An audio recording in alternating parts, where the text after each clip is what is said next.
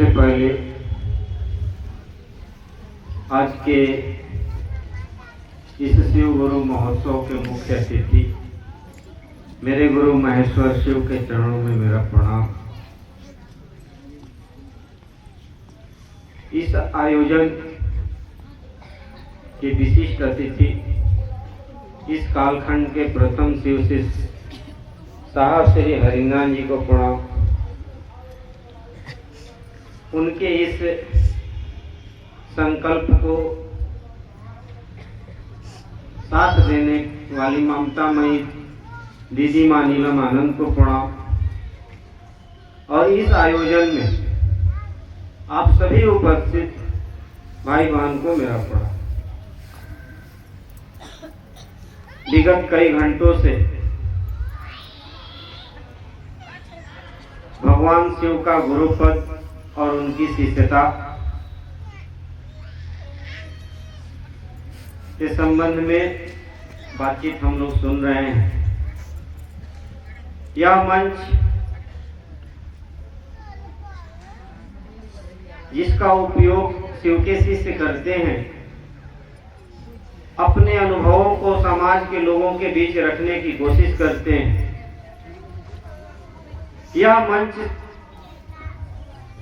इस मंच का उपयोग कोई भी भाई बहन किसी को उपदेश देने, प्रवचन करने, या इस मंच से कोई बाबा आएंगे बोलेंगे, कारण कि जब भी एक संवाद क्षेत्रों में जाती है कि शिव गुरु महोत्सव है या बड़े रूप में बहुत से लोग आएंगे और उसमें शिव गुरु की चर्चा होगी, तो एक सवाल तत्क्षण लोग पूछ डालते हैं कि कौन आएगा। मैंने जो अनुभव किया है कि जहां भी आप एक मानसिकता रख के, एक सोच लेकर के शिव गुरु की बातें करते हैं, तो कोई आए न आए आपके गुरु वहां उपलब्ध हैं। जिस भगवान शिव को गुरु मानने की बात हरिनाथ साहब ने की है, वह भगवान शिव कण कण में है, हर एक व्यक्ति के अंदर है। एक बातचीत के दौरान मैंने कहा था कि भगवान शिव का कोई स्पेशल शरीर नहीं है, लेकिन दुनिया में कोई ऐसा शरीर नहीं है जिसमें भगवान शिव नहीं है। कण कण में है तो स्वाभाविक है कि हर एक व्यक्ति में, हर एक इंसान में है, हर एक जीव जंतु कण कण में, यानी कण कण हर जगह। यह अस्तित्व बोध हमारे और आपके भीतर नहीं है। हमारे और आपके मन में यही बोध न होने के कारण आध्यात्मिक गुरु की आवश्यकता है। किसी भी विषय को जानने के लिए, किसी भी सिस्टम को जानने के लिए उस विषय के विशेषज्ञ को खोजते हैं, उस सिस्टम के विशेषज्ञ को खोजते हैं। जब बात अपने बारे में जानने की होगी तो इसका बोध कौन करेगा? सीधा सा उत्तर है कि जिसने मेरा निर्माण किया है, जिसके इच्छा से मेरी सांसें चल रही है। अगर अपने बारे में जानना होगा तो जिसने मुझे बनाया है, जिसका नियंत्रण मेरे जीवन पे है, मेरे सांसों पे है, उससे बेहतर कोई नहीं बता सकता। और उस सत्ता को कहते हैं भगवान शिव। भारत का अध्यात्म परमात्मा को जिस नाम से जानता है वह नाम है शिव। इसलिए शिव को गुरु मानने की बात हरिंद्रानंद साहब ने जनमानस में की। आपको भरोसा हो या न हो, समाज के लोगों को विश्वास हो या न हो, लेकिन जो फैक्ट बात है, जो सही बात है, आप विश्वास करके नहीं भी उसको अप्लाई करते हैं, नहीं भी मानते हैं, तब भी परिणाम देता है, तब भी रिजल्ट देता है। यही कारण है जिस शिव शिष्यता की बात, जिस सोच से, जिस विचार से हरिंद्रानंद साहब ने शुरू की थी जनमानस में, कमोवेश वह वाला विचार लोगों तक नहीं आया, लेकिन रिजल्ट तो आ गए। अभी सुने ना, एक भाई आए थे, करे मेरे पास, उनके बारे में बताया कि वो बोल नहीं पाते थे और वो बोलने लगे। जिस कंसेप्ट को, जिस थॉट से, जिस सोच से हरिंद्रानंद साहब ने जनमानस के बीच कदम रखा था एक आवाज लेकर के कि शिव आज भी गुरु है, उनको अपना गुरु बनाया जाए। बेशक इस आयोजन के तहत जब संख्या बढ़ी, भीड़ बढ़े, लोग बढ़े, बड़े बड़े वक्ता हो गए, बड़े बड़े आयोजन इवेंट करते हैं, आयोजित करते हैं, कमोवेश बेशक साहब के विचारों को फुलफिल नहीं कर पाते हैं, फिर भी तो रिजल्ट है। इसलिए रिजल्ट है कि शिव जगत का गुरु है और जगत का गुरु होने के नाते उनको मालूम है कि यह व्यक्ति अगर कुछ सही दिशा में जो है कि प्रयास नहीं कर पा रहा है, तो अभी उसे सीखने की जरूरत है। और जीवन में पल प्रतिपल सीखने की मानसिकता को रखने वाले को शिष्य कहते हैं, और हर एक परिस्थिति में फंसा हुआ शिष्य इंसान को सिखाने का ताकत रखने वाले को गुरु कहते हैं। इसलिए समस्याओं पर बात न करते हुए, जनमानस में समस्याएं बहुत थी, जब हरिंद्रानंद साहब ने आवाज लगाई कि शिव आज भी गुरु है, तो बहुत से लाखों की संख्या में, इस हम लोग के सिर्फ देश में लाखों की संख्या में गुरु और गुरु परंपरा चल रही थी, आज भी चल रही है। किसी भी समागम में जाइए, किसी भी सत्संग में जाइए, किसी भी गुरु जी के प्रवचन में जाइए, आपको एक ही बात वो बोलेंगे कि आप परमात्मा से जुड़ जाइए, परमात्मा को प्रेम करिए, परमात्मा को अपना बनाइए। जितने भीड़ आती है उसको तो छोड़ दी जाए, जितने बोलने वाले लोग हैं मंच पे, अगर वह बात उन्हीं को समझ में आ जाए तो दुनिया भारत को जगत गुरु मान लेगा। कारण कि जितने संख्या में यहाँ पर एक प्रयोजन के साथ जो बातें जनमानस में हो रही है, जिस आयोजन के लिए करोड़ों खर्च हो रहे हैं, आप समझिए पूरे भारत में विभिन्न गुरु हैं और हर लोग अपने अपने तरीके से आयोजन कर रहे हैं, भीड़ जुटा रहे हैं, लोगों को उपदेश दे रहे हैं। अगर वास्तव में वह चरितार्थ हो जाए तो निश्चित रूप से व्यक्ति के दशा और दिशा बदलने लगेंगे, लोग उनके आचरण को फॉलो करने लगेंगे, अनुकरण करने लगेंगे। कारण कि गड़बड़ी से व्यवस्था करने में नहीं है, गड़बड़ी प्रयास करने में नहीं है, लेकिन जिस चीज की जरूरत है वह है नियत, वह है चाहत। हरिंद्रानंद साहब ने कहा कि आप चर्चा करके लोगों को खुश कर सकते हैं, लोगों को प्रभावित कर सकते हैं, लेकिन जब तक वह नियत नहीं रखिएगा कि वह शिव मेरा गुरु हो जाए, मैं उनको अपना मानने लगूं, लोग जो हमको सुन रहे हैं, कारण कि यहाँ वक्ता और श्रोता में बहुत फर्क नहीं है, बाकी जगह है, लेकिन शिव की शिष्यता में हर एक शिव शिष्य वक्ता होते हैं और श्रोता होते हैं, और दोनों के स्थिति में वही समानता है एक नियत की कि मुझे भी शिष्य बनना है शिव का और आपको भी शिष्य बनना है शिव का। गुरु कौन होगा? शिव। अगर मेरी चर्चा से आप मेरे पीछे दौड़ते हैं तो यह जान लीजिए कि मैं गड़बड़ हूं।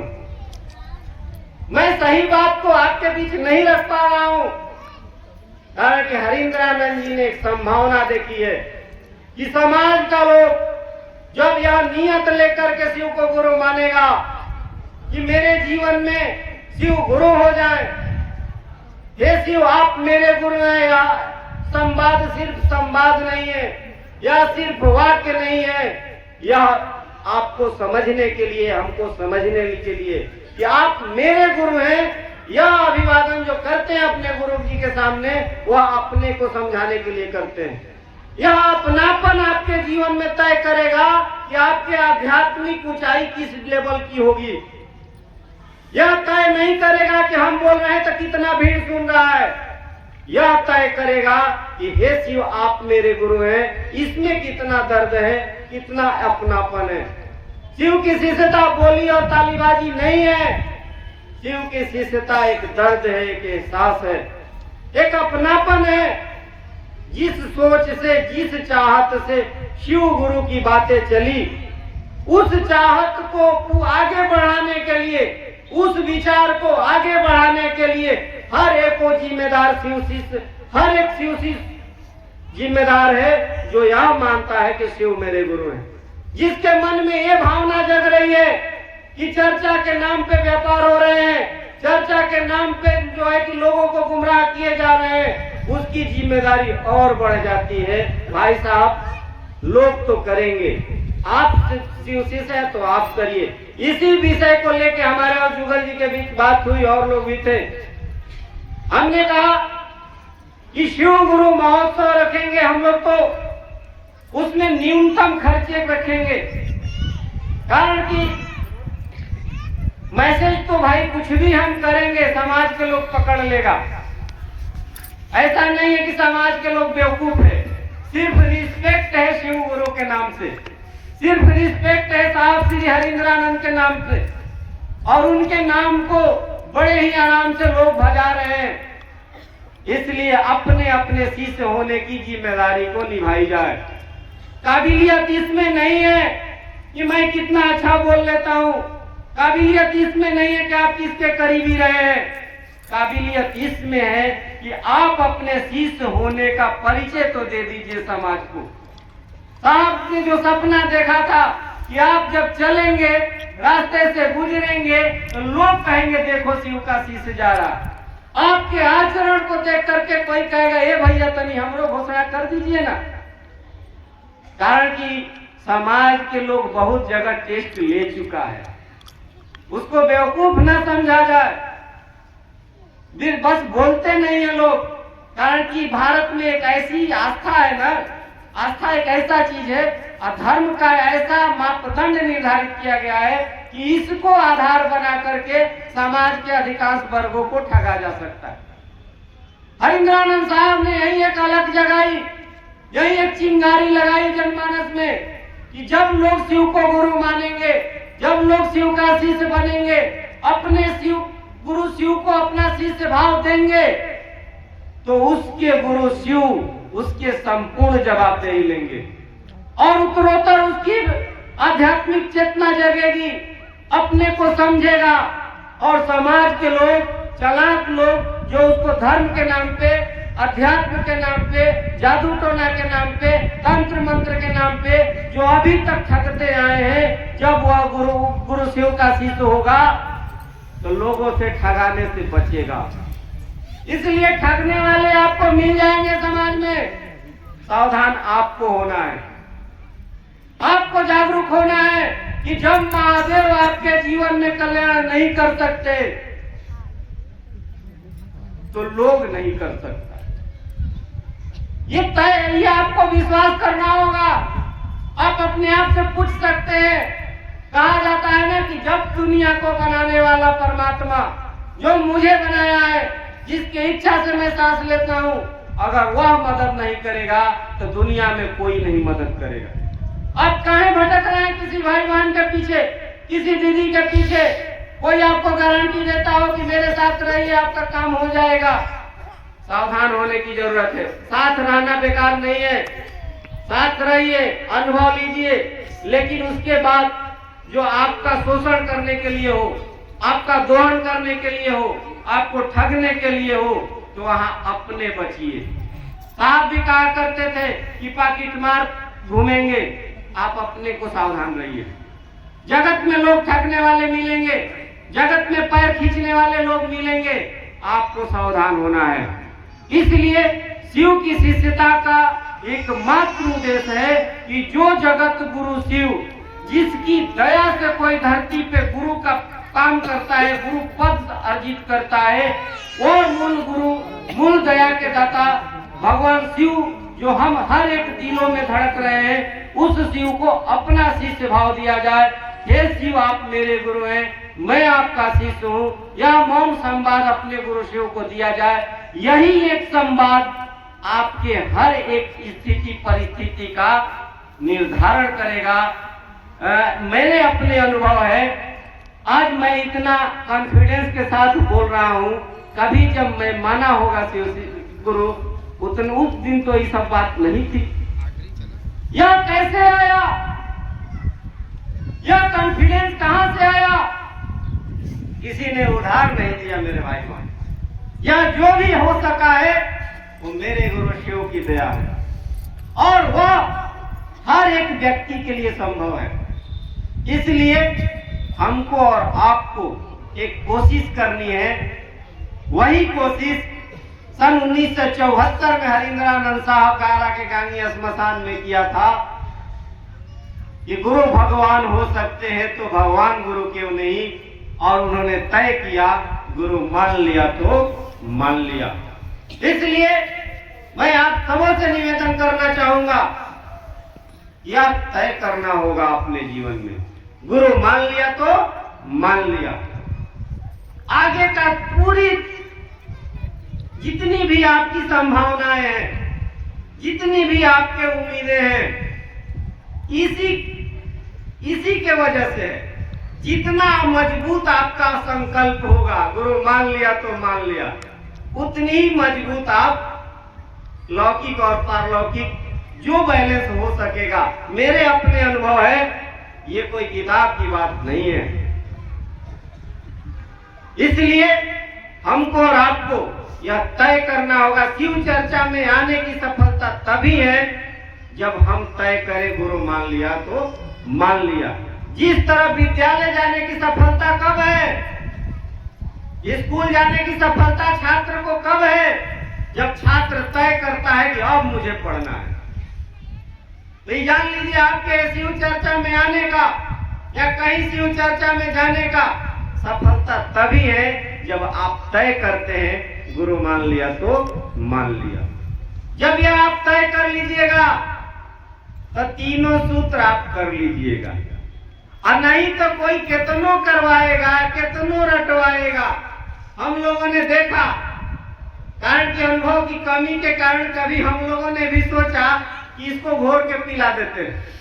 लगा ऐसा कि हम तो सीख लिए, हमको तो मालूम हो गया, साहब क्या से सुनाते थे, और लोगों को जबरी पकड़ पकड़ के घरे पहुंच के और सोचते हैं कि इसको समझा दे, घोर के पिला दे, जो मानसिकता उन दिनों की रही थी। लेकिन रिजल्ट मैंने देखा कि जिसको हम घोर के पिलाने के लिए सोच रहे हैं वो तो हमरो गुरु निकल गया। ये स्थिति है समाज में। इसलिए मेरे भाई बहन, मैं अपने शिष्य होने का परिचय दिया जाए, अपने अनुभूतियों को इस तरह रखने की कोशिश की जाए कि सामने वाला यह तय करे कि हमें भी करना है, हमको भी कोशिश करनी है। जब तक कोशिश नहीं करता है, लगे रहिए साथ में, कोशिश करने तक उसके साथ लगे रहना है। जब कोशिश करने लगे तब जरूरी देख लीजिए क्या है, कारण कि कोई टूटे ना, कोई छूटे ना। यह चरितार्थ कब होगा? जब हर एक शिवशिष्य अपने स्तर से कोशिश करेगा कि समाज का वह व्यक्ति जो अभी तक शिव को गुरु नहीं मान सका है, उसको ऐसा प्रेरणा देनी है, ऐसे जो है कि उदाहरण बनना है समाज में हमको, कि मेरे वजह से, मेरी बातों से, मुझसे मिलके, मेरे काम से वह भी निर्णय ले कि हम भी शिव शिष्य बनेंगे।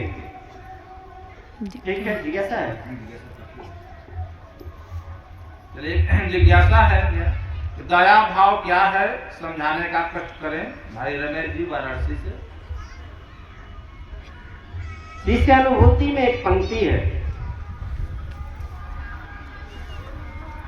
शिव का सृष्टि भाव और शिव का दया भाव।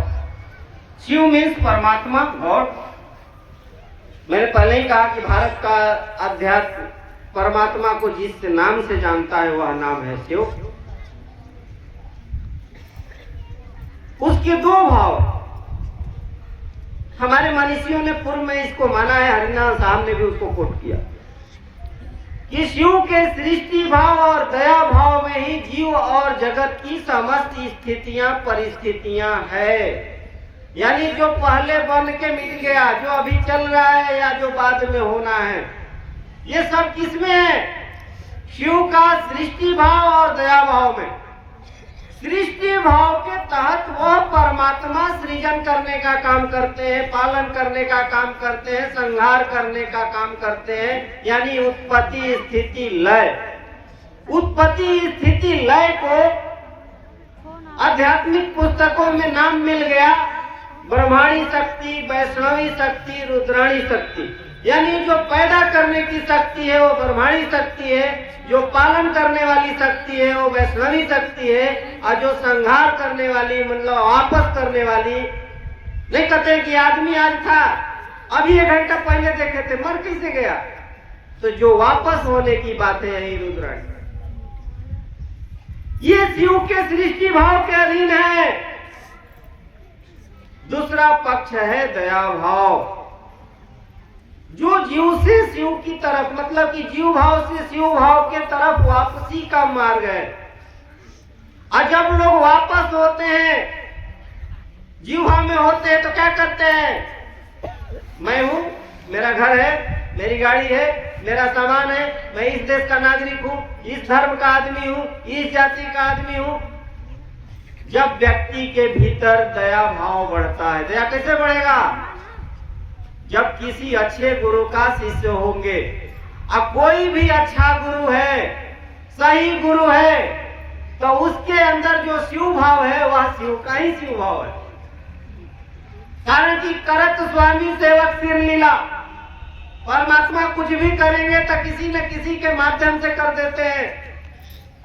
तो जिस मेरे अंदर अगर शिष्य भाव उठा, तो जितना शिष्य भाव है उतना दया भाव है। वह दया भाव काम करते क्या करता है कि जो यहाँ पकड़ने की कैपेसिटी मेरी थी कि मेरा है, मैं इस देश का नागरिक हूँ, ये मेरा घर है, वो दूसरे का घर है, ये जो वर्गीकरण की भावना डेवलप हुई मेरे अंदर, पैदा हुए थे तो नहीं था, लेकिन जैसे जैसे बड़े हुए वर्गीकरण की भावना विकसित होती गई। जब कोई अच्छा गुरु मिलता है तो वह हमको अपनी दया से हमको क्या करता है? इसी सब भावनाओं को खत्म करते हैं, दग्ध करते हैं, उसको साइलेंट करते हैं, और फिर मेरी जो मूल भावना है, जो मेरा मूल गुण है, मैं इंसान हूं और मैं अपनी इंसानियत को भूल चुका हूं। कोई बढ़िया गुरु होगा तो पहले मेरे अंदर इंसानियत जगाएगा। मानवता कहता है कि वर्गीकरण नहीं है, इंसानियत यही है। कारण कि इंसानियत जहां नहीं है वहां वर्गीकरण है, जहां इंसानियत है वहां समानता है, अपनापन है। तो वह गुरु अपनी दया से मेरे अंदर के वह भाव जो समाज के आकर्षणों में, समाज में रहने के कारण मैं अपने मूल मानवीय गुण से वंचित हो गया था, मूल मानवीय गुण मेरे दब गए थे, अब गुरु क्या करते हैं? उसी को जागृत करते हैं, उसको जब जगाते हैं, और जब जग जाता है तो इसके उत्कर्ष जो होते हैं क्या होते हैं कि इसी धरती पर कोई कहता है शिवोहम केवलोहम, अहम ब्रह्मास्मि, यानी शिव हूँ, मैं शिव ही हूँ, केवल मैं शिव ही हूँ। कोई कहता मैं ब्रह्म हूँ।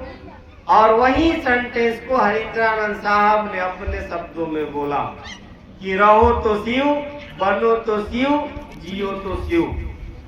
तो जब गुरु की दया होगी तो दीप ज्ञानम क्षयते पापम, दया का मतलब होता है कि ज्ञान का दिया जलेगा और अंधकार खत्म होगा। यही है दया। और दया का विश्लेषण जो हो सकता है हम लोग शब्द में करने की कोशिश करेंगे, एक लंबा समय हो जाएगा इसी पर व्याख्या करते करते, लेकिन समझ में आएगी। उसी काम को करने से गुरु मान लिया तो मान लिया। तब न बुझिएगा दया। वो आदमी से पूछिए जो अभी बोल के गए कि जब मैं नहीं बोलता था तब समाज के लोग मुझको कैसे बिहेव करते थे, और जब मुझे आवाज आ गई, मैं बोलने लगा, तब समाज के लोग मुझे मंच दे रहा। ये होती है गुरु की दया। उस व्यक्ति से पूछिए, उसकी जो फीलिंग है ना, फीलिंग को कैसे बताइएगा भाई साहब? पूछेगा आप क्या महसूस करते हैं, तो क्या बोलिएगा? कोई शब्द नहीं है, निशब्द है। चलिए जाइए। जिज्ञासा के शिव शिष्यता में समिति बनाना जरूरी है, कृपया समझाया जाए। अब देखिए, पहला लाइन जोड़े हैं शिव शिष्यता, तो ये बात दूसरी है। अब शिव शिष्यता को व्यवस्थित ढंग से चलाने के लिए एक व्यवस्था का निर्माण पहले भी किया गया। एक प्रयास हरिन्द्रानंद साहब ने किया था, लेकिन फ्लॉप हो गया। आप लोग सुने होंगे, आप लोग के यहाँ महोत्सव होता होगा, चर्चा होता होगा, तो कोई परिक्षेत्रीय संयोजक अभी आएंगे। आई ऐसा खतरनाक हुआ कि जो जो पद लिया तो शिव शिष्यता का भाव दब गया और पद का भाव जग गया। वो जब घोषणा कराया था, वो व्यक्ति मैं बहुत लोगों को करीब से जानता हूँ, बड़ी ईमानदारी से चलते थे, लेकिन जैसे ही पद मिल गया तो सम्मान पकड़ लिया है। बैठने का स्टाइल, बोलने का स्टाइल सब बदल गया था। फिर जब पद की समाप्ति हुई तो मैक्सिमम संयोजक चर्चाओं में नहीं दिखाई दिए। ये मेरे अपने अनुभव है। कारण क्या है कि आपको शिव शिष्य होने के नाते शिव शिष्यता को जनमानस पे में सही और सुचारू रूप से आगे बढ़ाने के लिए संयोजक पद की व्यवस्था की गई। संयोजक का अर्थ होता है जो संजो के चल सकेगा। संयोजक को साथ देने के लिए प्रभारी सब, जैसे कि क्षेत्रीय प्रभारी, इस तरह के व्यवस्था की गई। लेकिन वह उल्टा पड़ने लगा। बाद में जब बहुत आगे बढ़ गया मामला, तो ये जो शिकायत आने लगे क्षेत्र से, ये सब संगोष्ठी का सवाल है।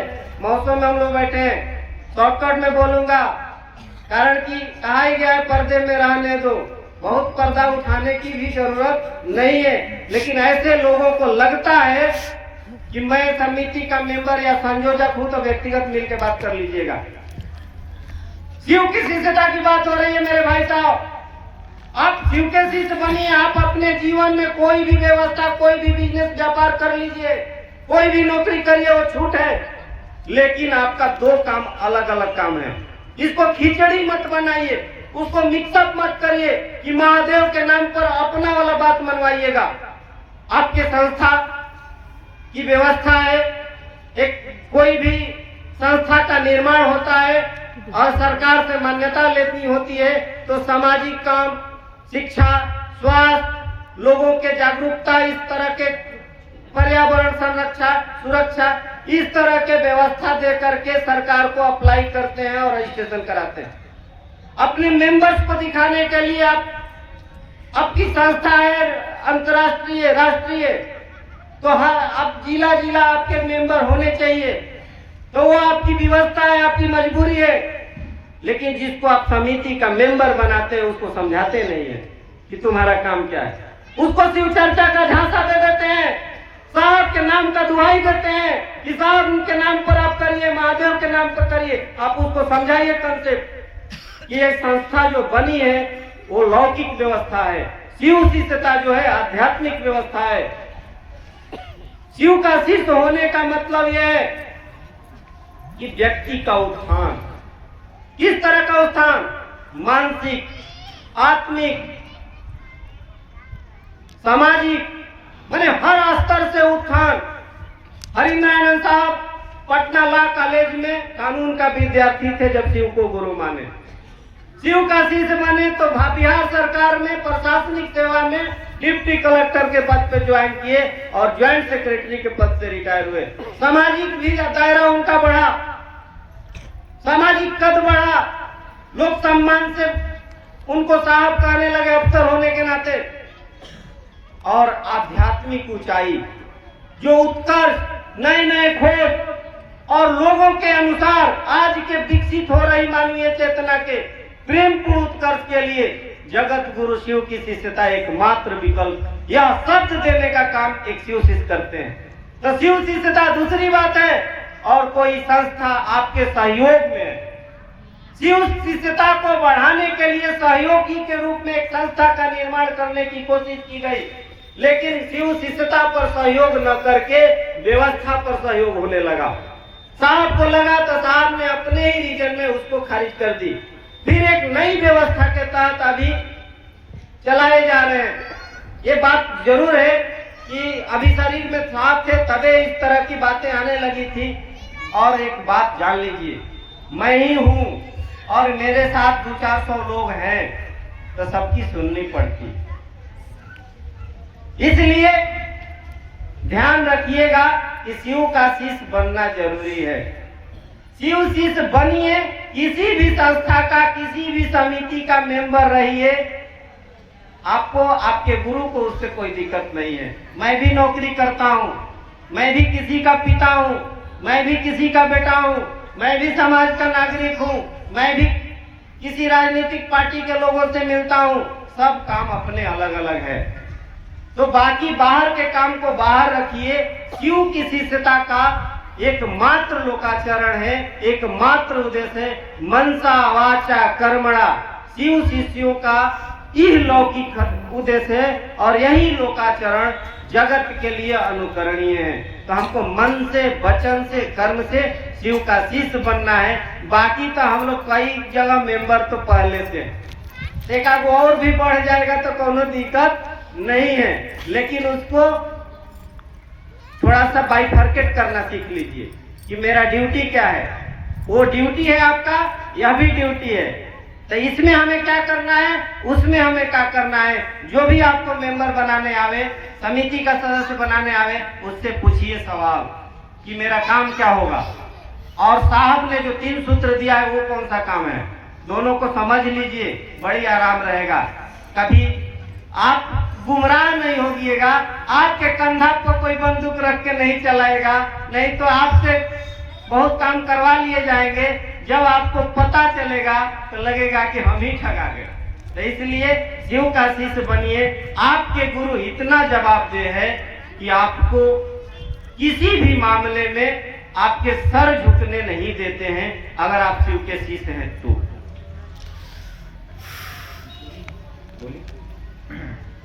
महोत्सव, संगोष्ठी, बैठक, सप्ताह की चर्चा में क्या कोई अंतर है? देखिए, पहले मैं बोल चुका हूं, साहब पहले शिव के शिष्य बने और उनको जब बोध हुआ, जब ज्ञान हुआ, तो उनके अंदर आत्मिक चेतना, आध्यात्मिक चेतना जब जगी तो उनको लगा कि अरे तो बड़ा बढ़िया काम है और यह ऐसा काम है कि समाज के लोगों का इसमें कल्याण है। तो आध्यात्मिक आह्लाद में, अध्यात्म में आ गई संक्रांति से प्रत्येक व्यक्ति को मुक्त करने की अंतर प्रेरणा जगा। तो साहब ने जो निर्णय लिया कि समाज के लोगों के बीच जाएंगे और लोगों के अंदर शिव के शिष्य होने का भाव जागृत करेंगे, जगाएंगे, तो उन्होंने कोशिश की। अब संख्या बढ़ती गई, अब उनको बताया गया कि शिव शिष्य बनिए, दूसरे को बनाइए, घोषणा करने का विज्ञान, तमाम चीजें सिखाया गया। होता क्या है कि मान लीजिए कि आपको फ्री ऑफ छूट दिया गया कि आप शिष्य बनिए, जो भी बाजार में मिलता है उसको जोड़िए।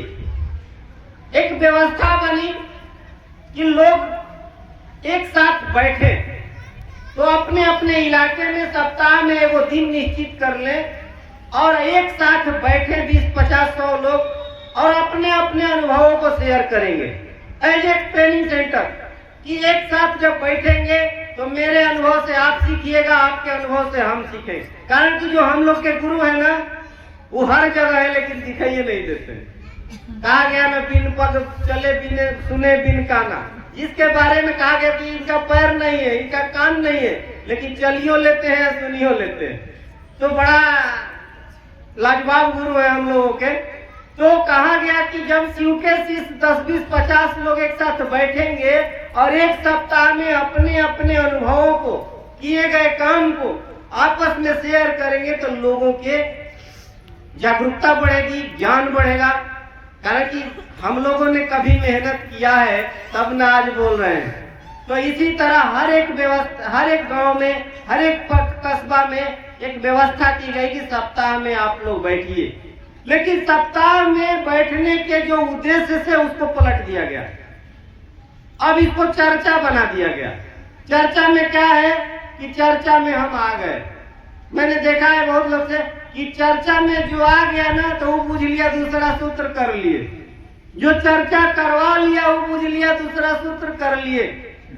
दूसरा सूत्र ये था कि सबको समझाना और सुनाना है ताकि दूसरे समझ के शिव शिष्य बने और मैं भी, वक्ता के भी मन, श्रोता के भी मन शिव भाव में जाए, सुनने वाले में भी शिव भाव जगे और बोलने वाले में भी शिव भाव जगे। वह हुआ दूसरा सूत्र। एक व्यवस्था बनाई गई थी, लेकिन इस व्यवस्था को आरती, पूजा, प्रसादी तमाम विषयों में फिक्स करके रख दिया गया और महोत्सव का अलग अलग मापदंड निर्धारित किया गया कि जो बाहर से मुख्य अतिथि आएगा, खूब भीड़ जुटेगी, वो महोत्सव होगा, लोकल लोग आएंगे।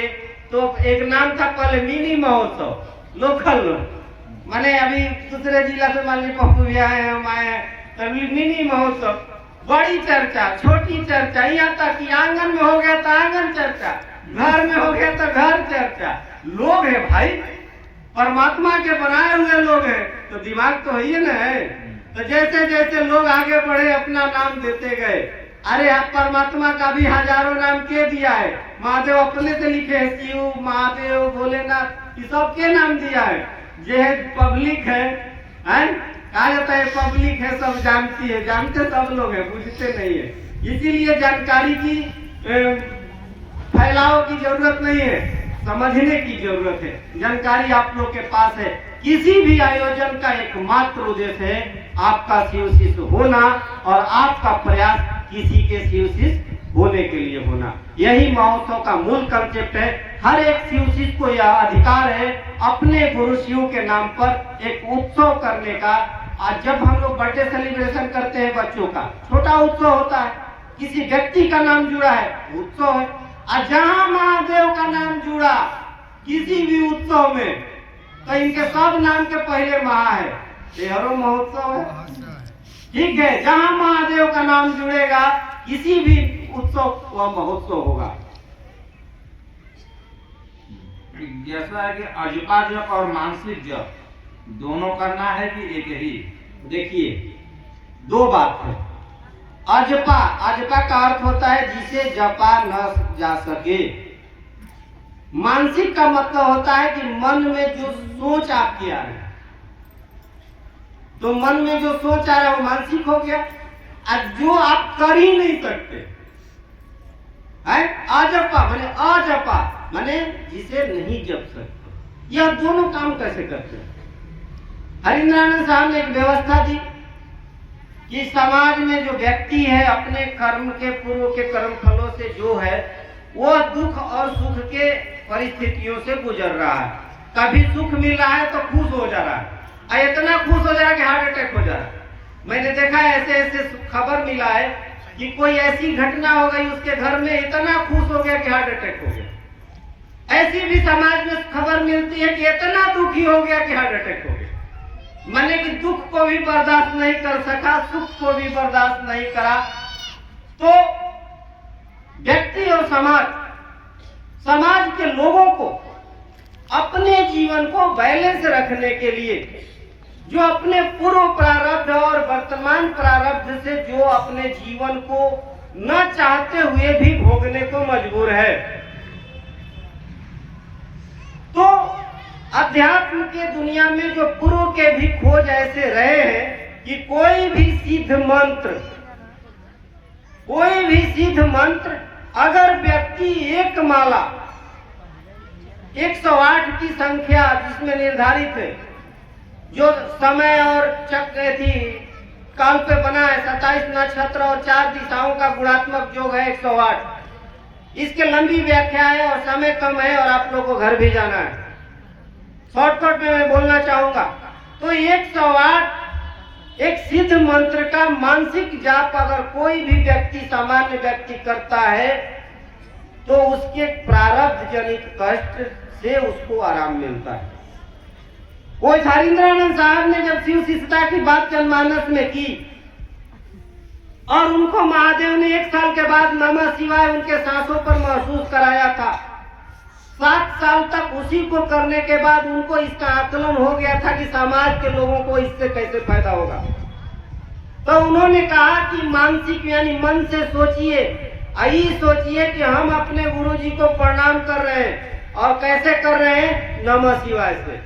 तो नमः शिवाय मंत्र का सहारा ले लीजिए और अपने गुरु को प्रणाम करने की मानसिकता मन में डाल लीजिए और कोशिश करिए। ऐसे कोशिश करने से होगा क्या कि आपके जो प्रारब्ध जनित कष्ट है वो कम होंगे, आप सामान्य होंगे, हर एक परिस्थितियों में सामान्य होंगे। धीरे धीरे आपको लगेगा इन सब चीजों से हम निकल गए। उसके बाद कहा गया कि कुछ दिन इसको कर लिए ना, तो अब आइए मूल मंत्र पे। कहा गया कि परमात्मा को प्राप्त होने के लिए वही मंत्र आपके लिए कारगर होगा जो अहर्निश चलेगा। अहर्निश के मतलब कि हमेशा, यानी 24 घंटा। अब कोई मंत्र बता दिया जाए और कह दिया जाए कि 24 घंटा करिए, तो आपको खाना भी खाना है, बाथरूम भी जाना है, ड्यूटी भी जाना है, खेत में भी जाना है, कैसे करिएगा? तो कहा कि ऐसे नहीं हो पाएगा। लेकिन वही मंत्र जब सांसों के गति पे चलेगा तो सांस अपना काम करेगा, हाथ पैर अपना काम करेगा। तो इसको प्रैक्टिस करने के लिए बड़े गुरु भाई ने कहा कि जब आप सोने जाते हैं, जब आप शांत होते हैं, तो सांसों को देखिए, शब्दों पर ध्यान दीजिएगा। अब मैं बोल दूं सांसों को देखिए, आप समझ लीजिए कि सांसों को खींचिए, तो आपके लिए उल्टा हो जाएगा और होगा आप ही के लिए, मेरे लिए नहीं होगा, कारण मैं जो बोल रहा हूँ वो रिकॉर्डेड है, बोल रहा हूँ तो बोल रहा हूँ। तो सांसों पर देखना है, देखने की आदत पहले डालनी होगी। सांस कब दिखता है? जब आप शांत होते हैं। तमाम ऐसे व्यवस्था में, साधना में बताया जाता है कि शांत चित्त होइए, और जैसे ही शांत चित्त होने के लिए बैठते हैं तो मन चल जाता है बाजार में, है कि नहीं? तो आदमी हो ही नहीं पाएगा, और होने की कोशिश कर रहा है। साधना करो, कहां से करेगा? मन में नहीं ठहर रहा। तो कहा गया कि अपने सांसों को देखने की आदत डालिए। जब आप खाली होते हैं, जब आप शांत होते हैं या सोने जाते हैं, अब तो वह काम नहीं है ना, अब तो सोना है, सोने गए, सांस देख रहे हैं, सांस आ रहा है, जा रहा है, आ रहा है, जा रहा है, उसी में ध्यान दे दीजिए कि जो सांस आ रहा है तो नमः, और सांस जा रहा है तो शिवाय। कुछ दिन के अभ्यास में आपके गुरु के दया से, कारण कि होगा गुरु के दया से ही। अब गुरु के दया क्यों हो रही है आप पर? इसलिए कि आपने निर्णय लिया, गुरु मान लिया तो मान लिया। ठहर जाना बड़ी बात होती है। इसीलिए मैं इतना जरूर आप सबों से कहूंगा कि चर्चा में भले जाने का टाइम नहीं है तो कम जाइए, या जाने का टाइम है तो रोज जाइए। चर्चा में आना जाना मायने नहीं रखता है, लेकिन एक बात जरूर मान लीजिएगा कि कंगन पहनिए लिए हैं, लोग जानिए गया है, तो यह निर्णय जरूर हो जाए कि जब तक सांस रहेगी शिव मेरे गुरु रहेंगे। गुरु मान लिया तो मान लिया, इतना मेरे अपने अनुभव है कि इतना तो मैं राय आप लोग को दे सकता हूं कि भूल से भी किसी को महादेव के स्थान पर और किसी को रखने की कोशिश नहीं करिएगा। आपके गुरु शिव हैं, शिव ही रहेंगे, तब वह बात चरितार्थ होगी कि बनो तो शिव, जियो तो शिव, रहो तो शिव। अगर आप साहब को मानते हैं, हरिंद्रानंद जी को मानते हैं और उनको आप अगरबत्ती दिखाने की कोशिश करते हैं, मेरे अपने अनुभव है, मंच से बोल रहा हूं कि उनकी बातों को मान के चल रहे हैं तो उस अगरबत्ती को दिखाने से ज्यादा परिणामदायक। इसलिए साहब को भी अगर खुश करना है तो आपको यह तय करना होगा कि शिव मेरे गुरु हैं। गुरु मान लिया तो मान लिया। इसलिए सांसों पर ध्यान देने की कोशिश करनी होगी और सांस पर जब नमः शिवाय का संधान होता है, नमः शिवाय का आना जाना होता है, जो गुरु के दया से लभ्य है, वही अनायास उसमें यह सिद्ध मंत्र सांस के गति पर सामान्य रूप से चलेगा, लेकिन इसमें बड़ी ऊर्जा की जरूरत होती है। इसीलिए लिख दिया गया है शिष्यानुभूति में कि कोई मंत्र अगर अजपा होगा तो उसमें पात्र द्वारा किया गया उद्यम, माने आप है पात्र, आप प्रयास कर रहे हैं, और गुरु की दया और मंत्र के देवता की शक्ति तीनों एक साथ काम करेगी, तब अजपा परिभाषित होता है, तब वह मंत्र परिभाषित होता है। मेरे भाई बहन, मानसिक प्रणाम करने की आदत डालिए, सांसों पर देखने की आदत डालिए। जब सोने जाइए शांत हो जाइए, सांसों पर देखिए कि सांस आ रहा है, जा रहा है, फिर उसी में सोच लीजिए कि नमः आ रहा है, शिवाय जा रहा है। नमः शिवाय कभी भी भूल के भी सांसों पर खींचने छोड़ने की कोशिश नहीं करना है।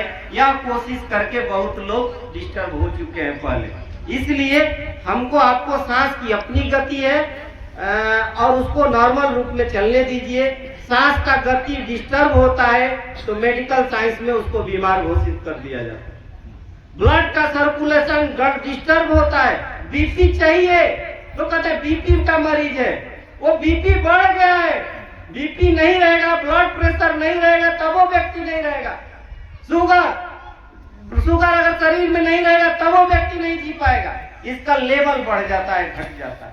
तो सामान्य रहने की आदत डाली जाए, सामान्य रहने की, सामान्य रह करके सांसों पर नमः शिवाय का आना जाना, यही है जप। कुछ घोषणा है। बसंती देवी, आरती, पूजा, प्रियंका, प्रगति, हेमंत, विकास श्रीवास्तव, अनीता श्रीवास्तव, दीवा श्रीवास्तव, छोटी श्रीवास्तव, संध्या सिंह, उजाला, वन्या, गुंजा, शीला, फूलपत्ती, कन्हैया लाल, गौरी, कृष्णानंद, रमानंद, राजेंद्र, सूरज चंद्रमा, अंतिमा, निशा, अन्यांश, लक्ष्मी देवी, बाबूलाल, प्रियांशु, रूपेश, अमृता, रंजीत, विश्वकर्मा, शिवानी, सोनाली, अश्वनी, रोशन, सुनीता, संजीत, आराधना, अंशिका, अवनीश, आर्यन, भुवनेश्वर, लक्ष्मी, रागनी, रुद्र, ये सभी भाई बहन ने भगवान शिव को अपना गुरु माना है। इनके नामों की सूचना शिव के समग्र अंतरिक्ष साम्राज्य को संप्रेषित किया जा रहा है।